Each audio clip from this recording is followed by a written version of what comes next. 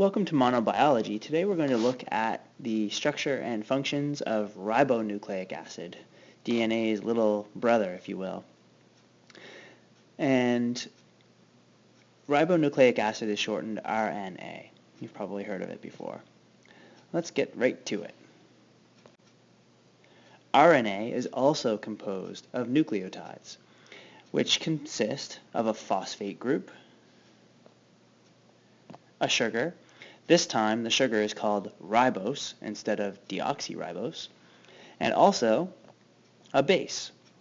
And you might think that the bases are exactly the same, but you'd be wrong. Here's why. You've got cytosine, adenine, guanine, and U, which stands for, and get this, it doesn't even end the same way, it stands for uracil, U-R-A-C-I-L, uracil. Now these nucleotides, just like in DNA,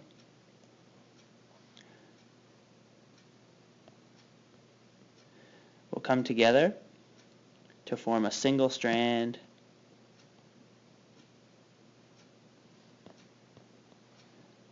just like this.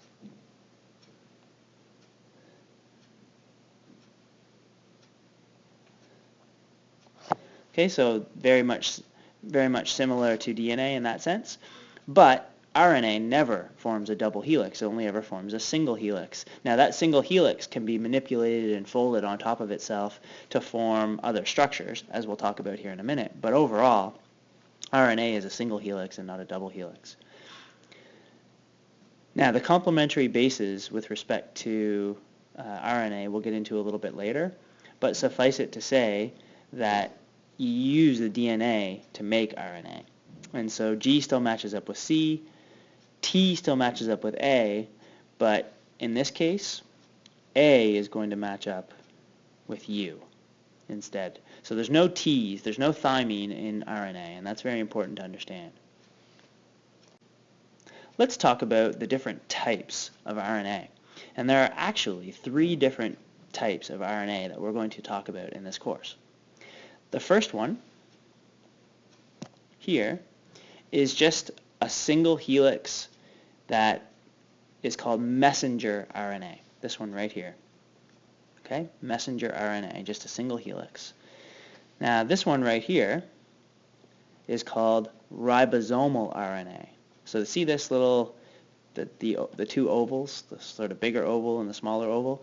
That is a ribosome, and it is mostly made up of RNA. Cool, huh? We'll get to what they do here in a second. Hopefully you remember what a ribosome does. Maybe you don't. And down here we have the transfer RNA, or the tRNA. So this one is the messenger RNA, shorted, let me show you, mRNA. So the RNA is capitalized and the M is lowercase. This one is ribosomal RNA, or rRNA. And this one over here, and again we'll get to the functions in a second, is tRNA. And so the first letter of each of these is lowercase, and then you go RNA, because RNA is always capitalized. Okay?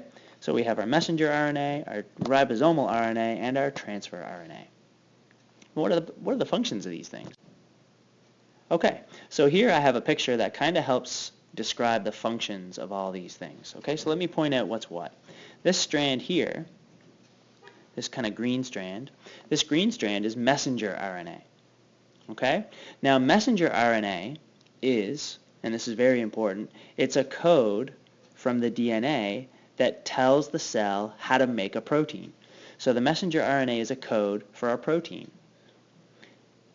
Now the ribosome, as you can see here, the blue structure, the ribosome reads the code and builds the protein. That's what the ribosome does. Now the transfer RNA, this guy right here, goes and picks up amino acids, like this.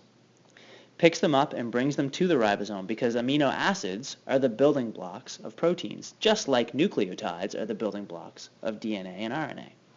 Okay? So they work together to build proteins. Messenger RNA is the blueprint for the protein, has the code from the DNA. Ribosomal RNA makes up the ribosome, which of course reads the code and builds the protein. And transfer RNA goes and picks up the building blocks of the proteins, the amino acids, and brings them over to the ribosome so the ribosome can put them together. That, in a nutshell, is the structure, the types, and the functions of ribonucleic acid. Make sure you take good notes. Bring any questions you might have to class.